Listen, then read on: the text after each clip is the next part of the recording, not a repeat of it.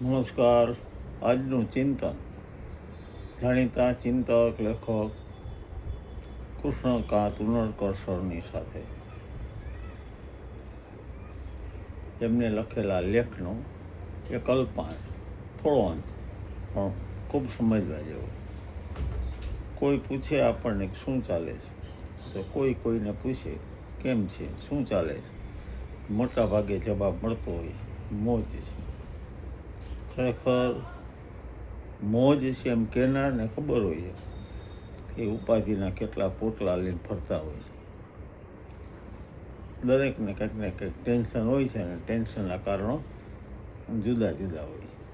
કોઈને થોડા ટેન્શન આવે અને અમુકને એક સાથે કેટલાય ટેન્શન. જિંદગી લેખક કહે છે કે સરખી રીતે જાતી નથી, અપ્સ ડાઉન આવ્યા કરે. ક્યારેક ગુલાબી તો ક્યારેક કાળો રંગ જિંદગી ધારણ કરી લેતી હોય છે.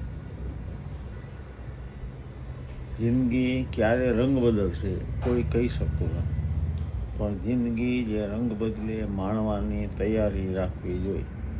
યાદ રાખવાનું કે કશું કાયમી નથી, ન સુખ કે ન દુઃખ, ન ગમ કે ન ખુશી, ન હાસ્ય કે ન રુદન.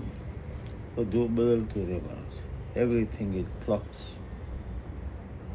દરેક માણસ સફળ કે સુખી થયા ગયા પછી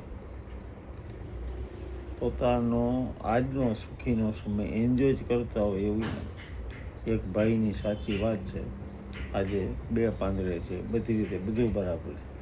જ્યારે એમને પૂછીએ કેમ છો, તો કહે મેં તો ઘણી તકલીફો વેઠી, કેટલી મુસીબતો વેઠી, ત્યારે હું 2 પાંદડે થયો. બસ એ જૂની વાત વાગોળા કરે.